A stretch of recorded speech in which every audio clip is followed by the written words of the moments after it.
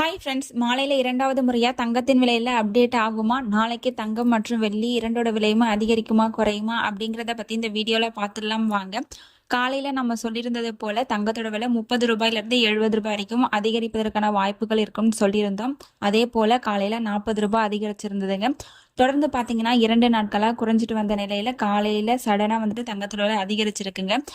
காலையில் rate fix ஆனதுக்கப்புறம் தங்கத்தின் விலையில் வந்துட்டு இறக்கம் வந்துட்டு தாங்க இருக்குது.